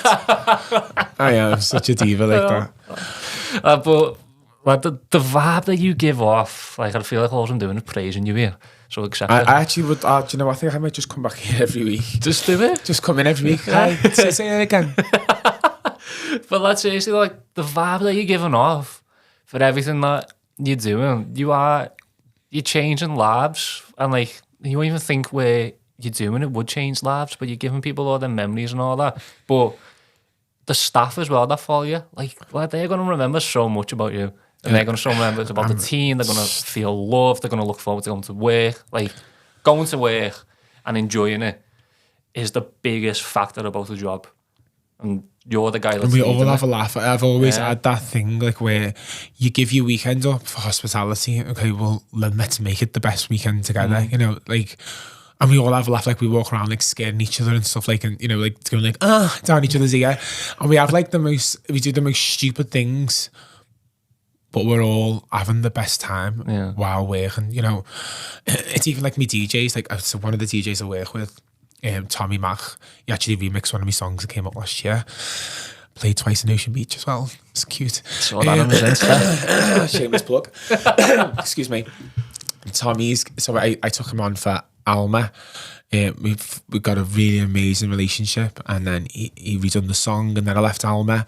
Then when I got Mason's, he's like, any spots? I was like, I was just about to ring you, like, you're the only guy for the job. Got him in. And then when I went to Mama San, he went, I'm coming then. And I was like, yeah, of course you are. So it's like, even that, like, and he gets the, like, this is what I love about him. He gets the music thing with me. I'm such a music star. Like, music is the soundtrack to our lives. You know, like when you watch the telly and like I don't watch it, but like Coronation Street and something's playing in the background on the radio. That's like the sound. The music is the soundtrack to our actual life. You know, and I'm such a big. I love music, and Tommy's the same. He's got like this massive collection song. He sends me songs sometimes that I've never heard, like house songs. Have you ever heard Camouflage Hollywood? No. Oh my God, listen to it when I go. So he said to me on Boxing Night just gone, he went, listen to this song, it reminds me of you. And I went, I've never heard it. And he went, no. And he went, listen to the words in it. And I listen to it every day now, and it's the best. It's one of the best songs that Camouflage have ever done. Really? But you can't get it on Spotify because it's like a region thing. But That's what I listen to. I'll send you the SoundCloud link. I've got SoundCloud. Yeah, I'll send you that link. But when you listen to the words in the song, and I went, oh my God, like he listens to words like me, and he listens to the meaning, and like he's like I'm like a big thing on, like, I'll listen to backing vocals, I'll listen to all the stacks they do. And like when people sing along to them, I'll be like miming the backing vocals, and they're like, oh, I'm like, yeah. So it's like, and he just loves music as much as me. So it's nice that I've had this constant bridge of support, and I wouldn't even say following. I would say it's like a team. Like, we're just a team constantly, no matter where we work. And if I ever called him to come and do it, he'd do it. The same with any of the staff that work with me, because I hate saying work for me, because I hate that. So I feel like it's like derogatory. The ones who work with me, it's like, you know, if I asked them to come and do a shift for me or anything like that, and they were working somewhere else, or they were off that day, they'd come and do it, you know. And it's the word camaraderie or something like that. It's like it's a unit of people. That sounds more like a family. I'm not gonna lie. They are like me family, you know. I mean, some of them we've all seen the best and the worst of each other at times. Me more than them, but I can proudly wear that, and I'm good with it. I don't mind being scatty and erratic. It's all good. It's part of the character. But there's no better feeling, and it's so nice to have that constant support system and people who believe in you. Like, they always want to know what I'm doing next, and they're always the cheerleaders at the sideline. You know, you get me see your mates or your family. They were. I'm not talking about mine. I'm just saying in general. Well, they won't share your stuff, but they'll share some of the strangers. But these guys I've known in this 13-year period, they're always the ones sharing, posting, and screaming about what I'm doing, and I'm vice versa with them, and it's beautiful. It's a beautiful thing. It really is. I love that, because like there's been a few jobs where I've been in, and like everyone's been tight knit, and it makes the job so much more fun, even if the job that you're in is not the best. But as long as you've got the people around you, like, it makes work enjoyable. Like, you go in and you can just have a laugh, and you can take the piss, but if shit gets serious. So like the school I'm in at the minute, we can have kids who get dysregulated and all that. And does that mean expelled? No, dysregulated, sorry, it's just more of a scientific thing. Dysregulated basically means lose the shit, and they can be violent and all that. So we get trained in order to how to restrain. And like, it sounds worse than this, but you can literally just grab their arm, put your arm like that, and hold. Getting kids in headlocks and that all the time. Yeah, like fucking throwing a few knees. Not with your bad knee. I'll lend you mine. Nah, I could get away with it. I think I could, as long as they're not a big kid. But it's like, it's about having like that tight knit with someone, and then knowing that you're going to go through hard days, and there's going to be days where it's going to be fucking so hard that you want to leave. But having people like yourself in there, it's like you all come together, you all band together. You're all paddling the ship down the same shit stream. Exactly. You know what I mean? And if someone's slacking, the rest of you drag them up. Yeah. And like, I don't know, the stuff like that really. Yeah. But stuff like that, it proper gets to me. Like, in a good way. It makes me feel like I'm part of something. Like, gets me bigger. In the feels. Like, I love it. Like, there's no better feeling than family. Like, I'm such a family person. Like, I think that's why I've always treated the teams that I've worked with like that, because you are with them more than your own family. They become your family. Like, yeah. I mean, I think I've spent more time with them than any fella I've ever been with, at the times, and it's like, I think that's why I'm big on the whole birthday thing, because I love celebrating people's birthday. I love seeing people's faces when the birthday is, and when you surprise them with something, and especially like family stuff, and I think that's why when I was at every work team, I'm like, we're all together, like, and we'll all do stuff together, and we'll all have a laugh together, and like, we'll all just be I'm dead open and honest. Like, I like if something's happened the night before, I'll just walk and I'll just tell them, and I'm very like that, because I don't want to be by the book wanker.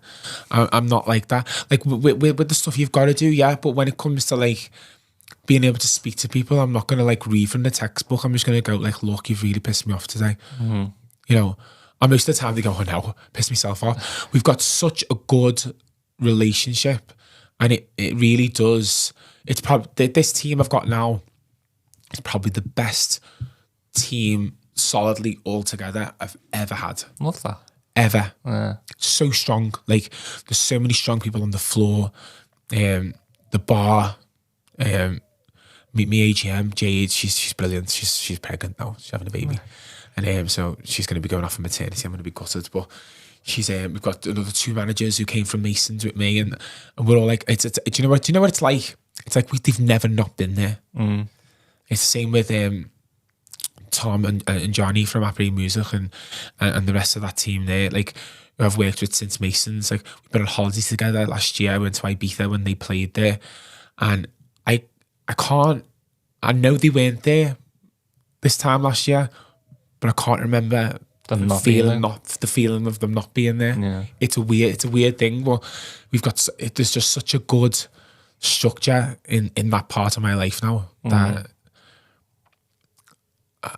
it'd take a lot to disturb that now. It would.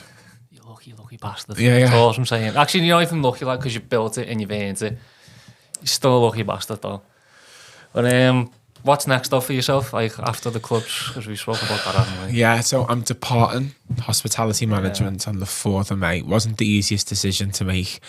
Don't give away too much if you don't have to, by the way. No, I'm probably... There's 2 projects that I'm not going to confirm just yet, but I'm probably going to go into doing... Actually, there's 3 projects. But 2 of them are probably going to happen quite soon. But the other one, I'm probably going to go into consulting. So I'm probably going to go into consulting for venues.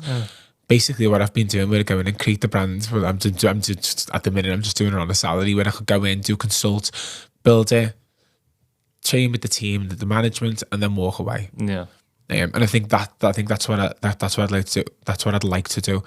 I want to get some more of me time back in my life. I want to be able to be my own actual boss, manage when I work, and have more time to do me stuff involved with fitness and doing everything else that I want to do to sort of help try and make a change. Yeah. I like that. And like, as soon as you say about being a consultant and go in, work with the team, work with the manager, do what you need to do, get off. And go.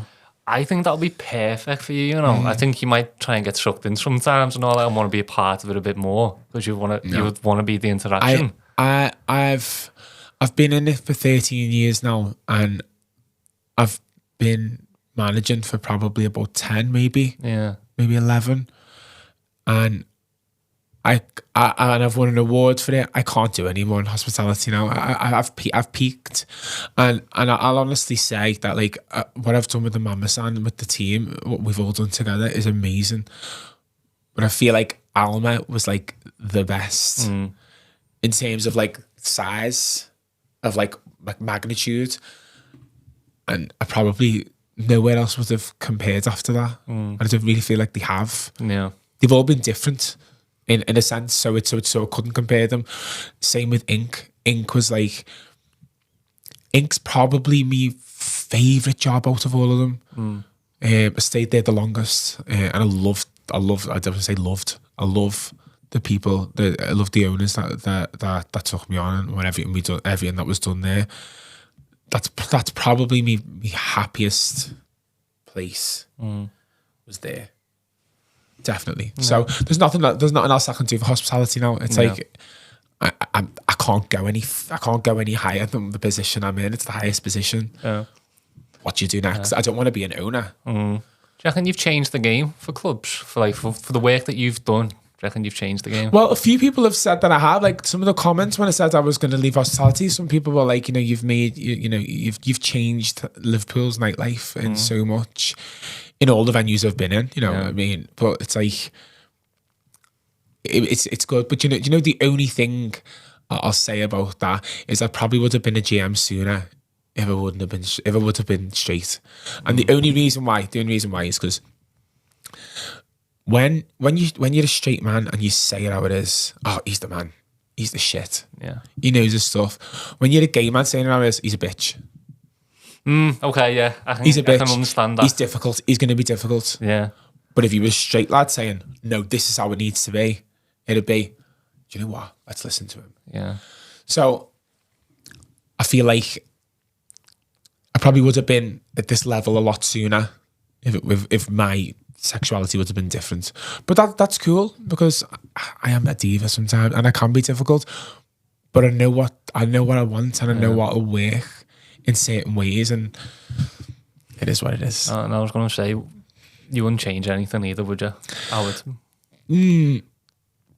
A couple of partners, but that's about it. I want the place beginning with H. Yeah. I want it. That place doesn't even exist, lad. Like that's just dead. You can miss me with that bullshit. Yeah, I've seen so many people going there when open, and I was like, oh, fucking hell, like no. Yeah. But we won't talk about that. But we love everyone.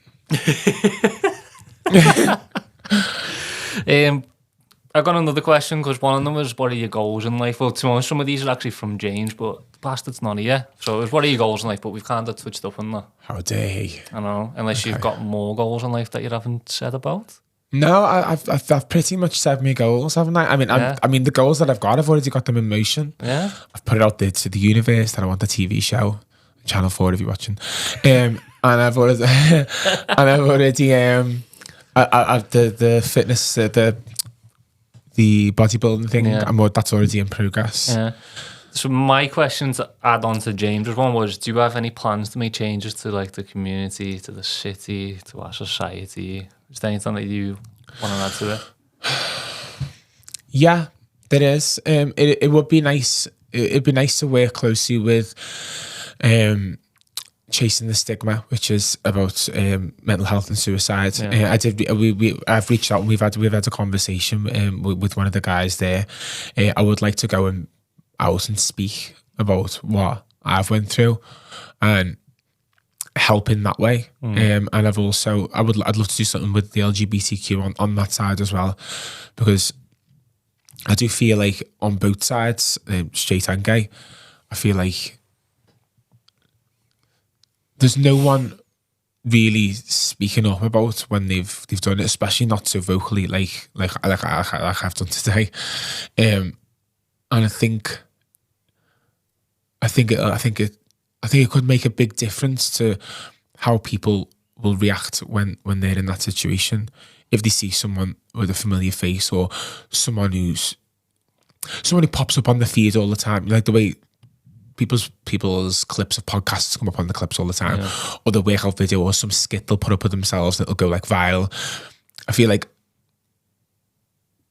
if someone like pops up on the feed, or someone of pops up and they're speaking about something like that, I think you're more receptive to go, I'm going to reach out to them, or oh my God, I'm feeling like that. Maybe I should go and speak to someone, or anything. I mean, it could make a difference. It could make none. But trying to help is better than not doing a thing at all, isn't it? Yeah, that's it. Like, if you change one person's life in your entire life, you change one more person's life. Like, it's... I always say, I said that on Billy Moore's, I was like, I said, if one thing I can do to change just one person's life, you've done your job. Yeah. You've done that job. Like, even one, no matter how many thousands you speak to, like, how many hundreds of thousands of people ignore you over your life, if you've just helped just one person with your experience, then that was the lesson. Yeah. That was the lesson from it. That's it. Because we had, did you, probably never, but did you ever by any chance see like the ex-firefighter episode we had with Ted? I think I've seen the clip. I've seen the clip. I've never seen the full thing. Sorry. So he done a thing called equine therapy, and there's you go to horses basically, and you build a bond over like 6 weeks with this horse, and apparently it's meant to help like boost like your overall morale and all that. But we've actually got someone to go to that therapy from this going through this podcast. So when we found out about it, like, we were ecstatic, because we were only like so many episodes in. Yeah. And like, we're not asked about the followers and the subscribers, we're asked about the impact that we can do. But considering we've only got like over 100 subscribers on YouTube, and like we've got like 700 on Instagram, so it's a okay size number for the beginning, but we've already changed someone's life like that. And like what you're saying there as well, if you can change one person, and it will be more, especially for the shit that you're gonna be doing. I mean, what you're doing here, I mean, it's all in the name, the Mindful Podcast. It's like when reached out and said, like, obviously about coming on, and I already watched a couple of the clips, and I liked the stuff you were talking about. Like, people just say, "Oh, Craig, you know what I think they think? Oh, he's just pissed again." Like this, and sometimes I am, but and that's okay. But they think, "Oh, he's out all the time. He's doing this, he's doing that." Like, and he's so funny. He's done that, and he's took the piss out of this, and he took the piss out of himself, and I'm like, no one. I'm a proper softy at heart, like, and I'm an emotional guy, like you've seen today. Like, I'm a very heart on the sleeve. Like, I'm not just like a gobby person. I am very sentimental. So for me, coming on here was to show the side of me that probably people don't see. Unless like you're my mate, you wouldn't know. Some people know I've been through stuff like that because I spoke about it before, but the in-depth stuff, and people don't see that side yet, and I think it's important to show the human in you. Yeah. And that's our aim on the lad. Like, our aim is to, obviously everyone wants big guests to come on, like it helps push them out and all that, and they get more fame or whatever it is, they get more subscribers, but everyone is just human. Everyone has a soppy side, everyone has problems, but people have it better than others. Yes. And our aim is to show that to the world and get other people to come on and speak out and make people feel that they're not alone, and that they're not the only person that's had a panic attack, gone through depression, suicidal thoughts. And it can be deep, and it can be a bit daunting if you're always listening to it, but it's real. And it's a day-to-day thing. I take real any day. Yeah, and you know what? That's what you are. That's like the word that hit you like so hard. Like from my perspective, you're real. You're authentic to yourself, and you know what you want. And whether that's you going in there being bitchy about it, or you're going in there telling them what you want. Yeah. But you are like you're authentic and you're real to yourself, and it's one that never change. Yeah, I'm too late. I'm too far gone. I'm learning. I've learned to live with. I've learned to live with the abnormalities, and I'm good. I'm cool with them. Yeah, I love that, lad. I love that. Lad, to be honest, there was only one thing we didn't touch up on, but I don't really care about it. It's just about like like more about nightlife. But is there anything that you want to talk about? Because we've covered most things actually. Yeah. No. I think I've said enough today, and it's felt like it's kind of felt like a therapy session. So I've kind everyone of says it. that, you know. Everyone says it feels like therapy, like when they leave. No, it really like I just I've opened up a lot today, so it's should be proud of yourself as well. It's really you spoke well. You spoke real. You spoke. Didn't swear too much. No, you didn't. Was it just 1 or 2 F-bombs? I think maybe. Yes, anyway, I don't care. It's no. If you're expressing yourself. Did you watch me WhatsApp and podcast one, mate? I was swearing every other sentence. You know what it was?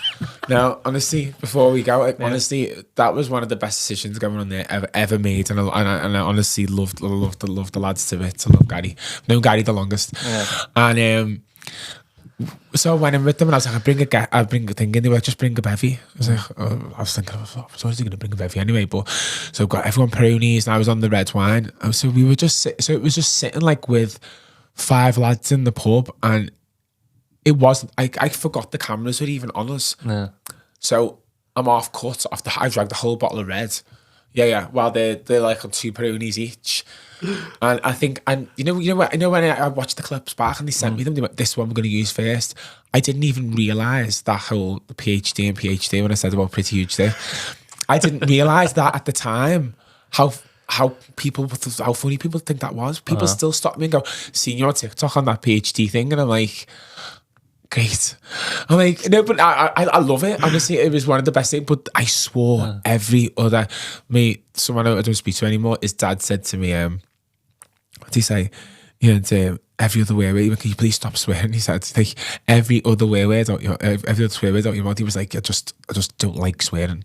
He's like, you need to stop. And I was like, sorry. It was bad when I watched it back. Blame the red wine. That's always what you can do. The red wine, done it. You haven't had any red wine today.